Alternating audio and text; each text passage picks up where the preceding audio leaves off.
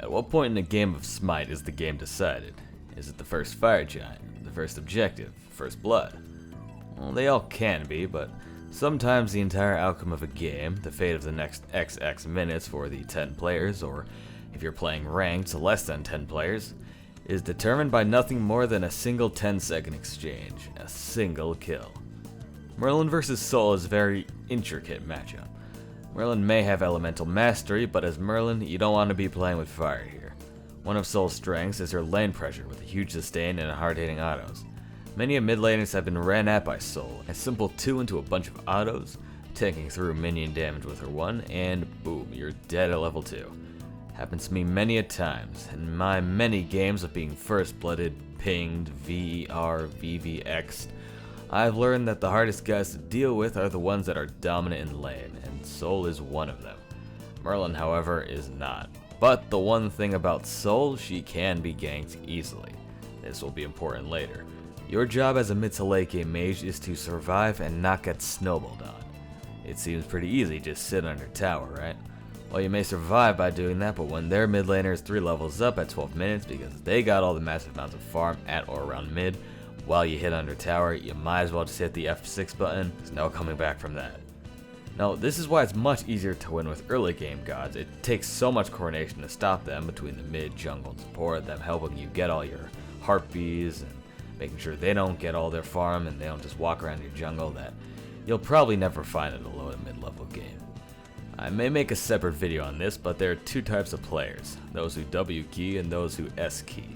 You can usually tell who they are just by how they play.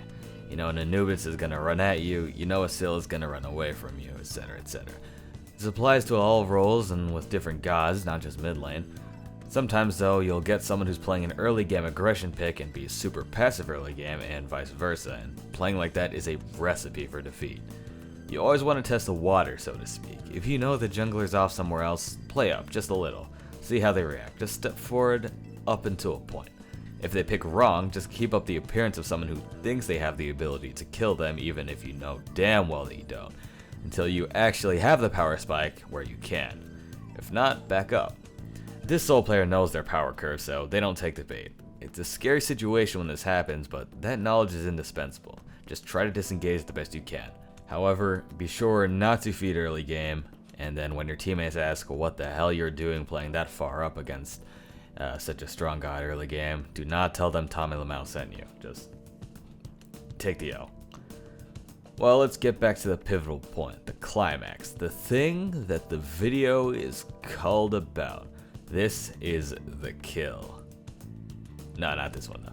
Getting a kill on the support who already got a kill on your support will not change the fate of the game. It might impact it. The ADC can get some free farm now, I get some gold, nice little 2-for-1, it helps, sure, but it's not going to be the deciding factor.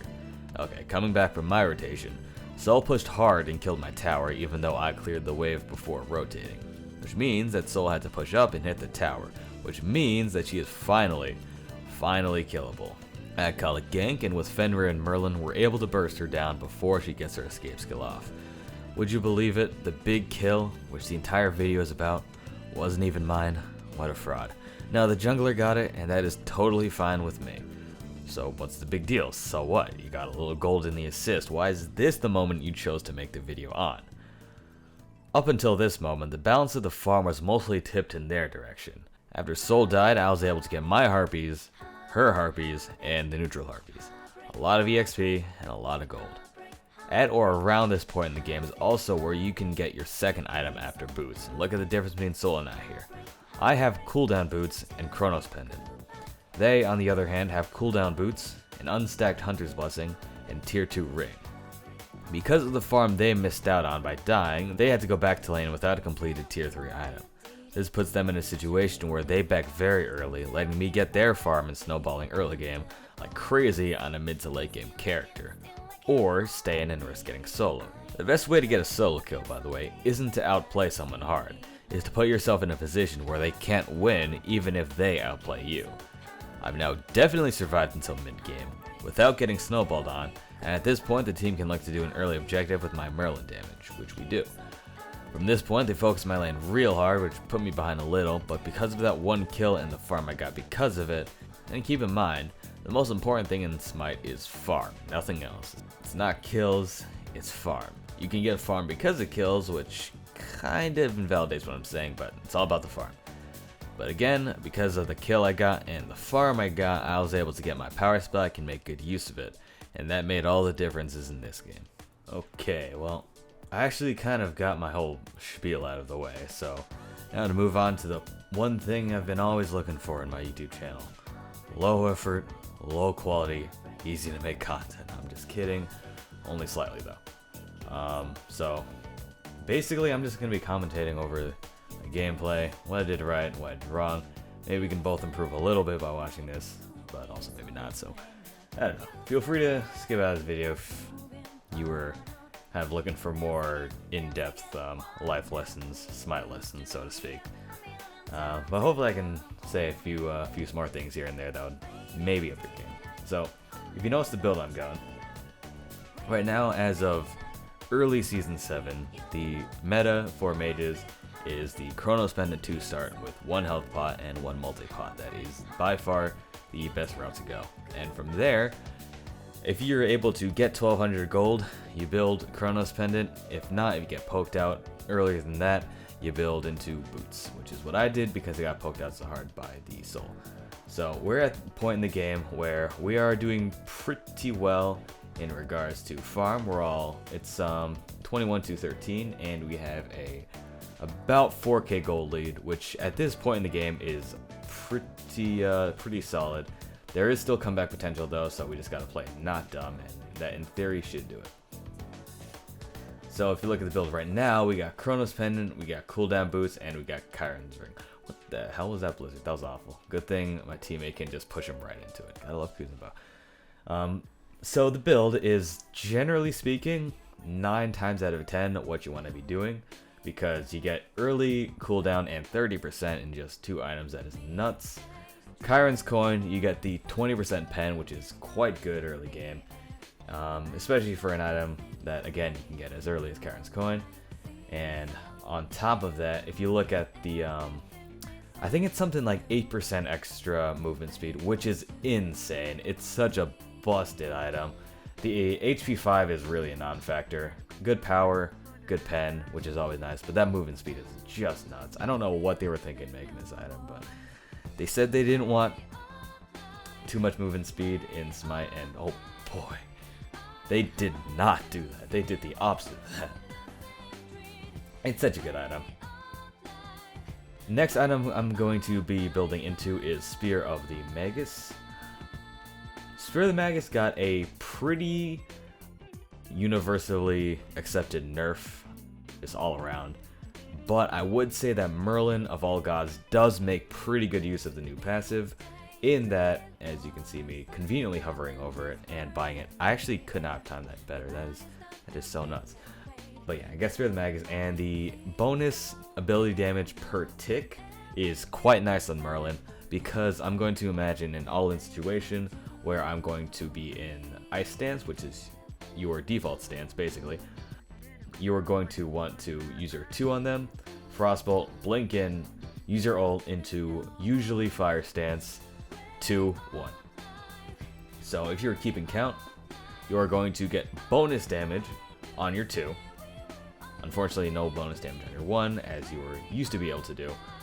You're going to get bonus damage on your ult, bonus damage on your 2, and bonus damage on your 1. It is very, very good on Merlin. Not so much many other gods, but I'd say Merlin makes better use of it than most others, even if it is arguably just a straight up nerf to the item. But because you're getting pen and Chiron's Coin and many other items, it doesn't hurt him as much as it would if you're playing most other mages. So at this point in the game, again, we are just building our lead constantly, and if you look at the gold, it's 50k versus 43k. Would be hard to lose this lead because just it's so early and it's so much. Part of that is, and as this ADC takes my red buff as their purple buff is just about to spawn, PSA to all hunters, take the purple buff. Even if you are doing better, which this Hou-Yi wasn't, it still makes more sense for you to just take the purple buff. You get attack speed, you get protection and shred. Take the purple buff. Stop taking my red buff, please. Just stop doing it. So we're looking at Gold Fear right now. A little bit dangerous because of the Hou-Yis right there. I don't know why I stepped at the Hou-Yi without any of my abilities up, but I was just kind of bluffing at that point. Hou-Yi steps back, so that's my cue to just burn it with fire stands, and we do. So we are getting Oni waves in our lanes. And at this point, we are going to be looking to get a Fire Giant because of the, not only the gold lead, but because we have pressure in every single lane with Oni Fury. I'm trying to remember, I think I might have died here, but big Blizzard here. That's going to be doing a lot of damage.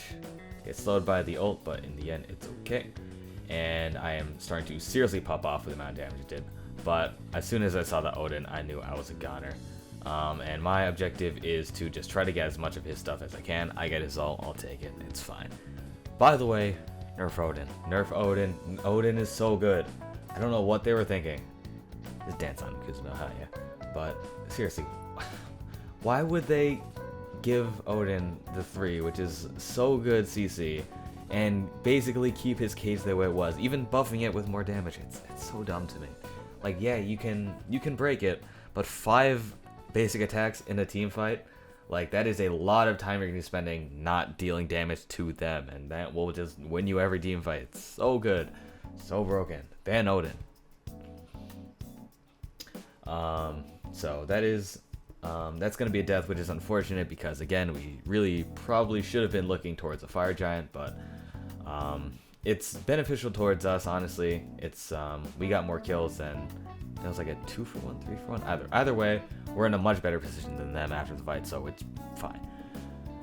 Going back into lane, I don't know what this Fenrir is doing. He's kind of up at, yeah, he's gone. Always group up. We are in a 3-stack, and that was one of the randoms. I mean, obviously he wasn't in comms, but he should really know basic positioning. So that's a 2-for-1 there, and we lose a lot of the pressure that we had with Oni waves and our lead, and because of that, Fire Giant's going to be tougher. That is one of those times where something like that, if it was more even, definitely could have meant that they get fire, that they come back and our lead's gone, but because our lead just so much, they can't really realistically look to do fire. So it's not the end of the world, but it's also a lot of wasted potential, I'd say. So this Ares is taking a 1v1 with the Hou-Yi. A lot of questionable decision making, considering the Hou-Yi was level 20 and the Ares is level 15, but he actually was kind of winning. So I guess I can't really fault him, even though probably not the best play in theory. So that Hou-Yi steals the kill. Whatever. So at this point in the game, as I've said about a million times, it's just focusing on building up your lead more than even already. This Odin is playing way too far up. I blink away from his 3. Hou-Yi hits a stun into the fire, and that will definitely do it. And they are just running at us. I think a lot of it is just because they've been on the back foot for so much of this game that they kind of are checked out mentally, which will happen a lot of times. And at this, stop saying at this point in the game. Be sure, by the way, to keep your free ward relic up until level 19. Like, guys, I can't stress enough how good it is. You gotta keep the, as we call it, the Obama ward, because it is free and not so great. But they're going to be not hotfixing, but they're going to be fixing that where it actually tells you to get a new ward. So us people who've been playing for a while just don't go insane and keep their ward until level 19 like me. So again, I am nearly full build. I have all the items that makes Merlin. I have Spear of the Magus, I have Gem of Isolation, I have Chronos Pendant, and I got some pens. So I am definitely at my power spike right now. So we should be looking to fight around me, we should be looking to do objectives, and that's precisely what we're doing right now.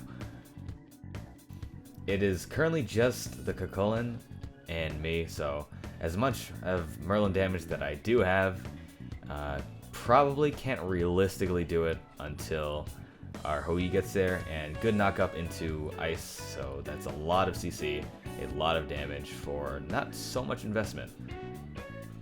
And we are fighting very close to their Phoenix line, and this Odin is getting a little bit overconfident, so we kind of just collapse on him and he dies.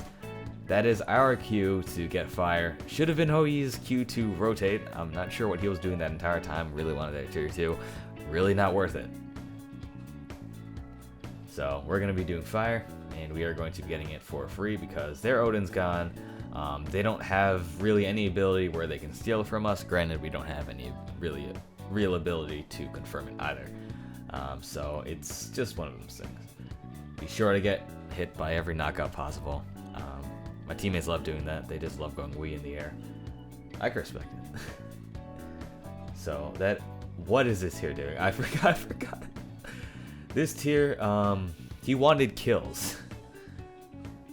Understandable, but you're not gonna get him that way. And this team really, really does enjoy getting kills. I have noticed that, as do many teams at low level play. By the way, I like to make one thing very clear. This channel and the Smite related content, what is this Odin doing too? These guys are nuts. And I was basically saying in comms how these people are insane people. Really straight from the mental asylum. They were mass murders. They had one thing on their mind and one thing only, and that was kill. What was I saying? Oh yeah, this channel and the Smite content that will be produced in the future of this channel is most certainly not intended at extremely high level players. Not even mid-high level players. This is aimed at the 95% of players who aren't super high level, who don't really play ranked that much. Granted, I think that I don't play ranked, but I would be pretty high elo. I'm definitely high elo casual. I play with a lot of pro players very frequently, but this is aimed at those who are just trying to climb out of what people call elo hell, which is just low, mid, and high mid, just tier play. Very disorganized, very frustrating. This Odin, once again, is just nuts. Push him out of the Merlin damage, but it's fine. He wasn't getting out of that after using his jump that aggressively. I don't know what he was thinking. So we get their Phoenix. We're at their Titan. Honestly, we should be looking to end right now. This Hou Yi should just come and smack the Titan. They had 4 people down. But not the best communication. And we also are just farming damage at this point. So this game's basically over. It kind of has been over for a little while as our Cucullin steals my kill. Once again, I'm used to it. You get used to it. But yeah, this game is 100% over. Again, all due to smart farming and just not overstepping your boundaries, knowing when you are strongest, when they are strongest, knowing the right time to strike. As Sun Tzu said, don't run at them unless you know damn well you're gonna kill them. That was the page 17 in Art of War. And I'm totally being accurate when I say that. Beats the stun, dead. Okay, good. Another great quote, as a great philosopher Confucius once said, "Taking boys to school, swaganometry." Really makes you think, huh? Anyways, we should have ended, but we didn't, and I have 4,400 gold, so we're kind of just having fun. I built Staff of Merlin, Staff of Mirrodin, a terrible item, still a 100% awful item. It does give a little bit of pen now, so I'm at 30%, which is nice, but don't build Staff of Mirrodin. It's good on nobody. Okay, fine. It's bad on everybody, and even on the gods who it's good on, it's still bad. Don't build it, ever. Under no circumstances should you build Rod Staff of Mirrodin. Even though it is super synergistic with Merlin's kit, it just don't build it. Don't build it. It's a bad item. As fun as it is, and as much as I want it to work, it doesn't. It doesn't work because it's bad. Fun item. Bad item. Way to go, Harris. Okay, this Hoyi was, he was looking, I mean, at a certain point, and if you notice, I get double fire, something I am not able to make use of at all. But at a certain point, you kind of just gotta look for whatever farm you can get. He took a gamble, as did the Ares. It did not work out, so that is 2 down. We should look just to walk into their Titan room and end. We have 2 Phoenixes, but we don't.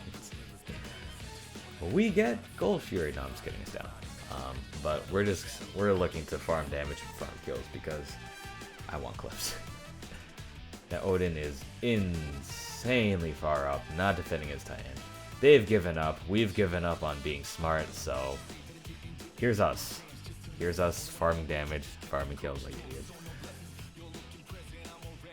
What can you learn from this experience? Well, know when to W key, and know when to S key.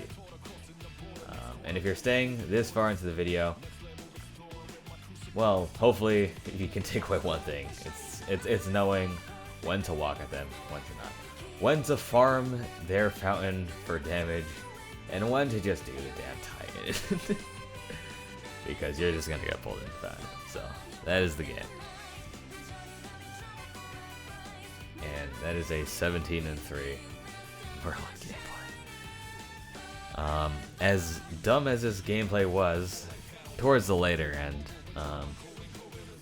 realistically, this is how a lot of even mid-high level play goes. You can just, once you get to your power spike, if you're able to make use of it, if you're able to effectively use the point in the game where you are stronger than them, you're able to just take that and run with it, especially on a god like Merlin, who is so good late game. Even though Soul is a late game carry, if you're able to find that narrow opening, you're able to do it, and you're able to get 39k player damage. And that's the video. So I don't know why you're still watching. Oh wait, no, I know why. You're waiting for the outro. Like and subscribe. Download Raid Shadow Legends.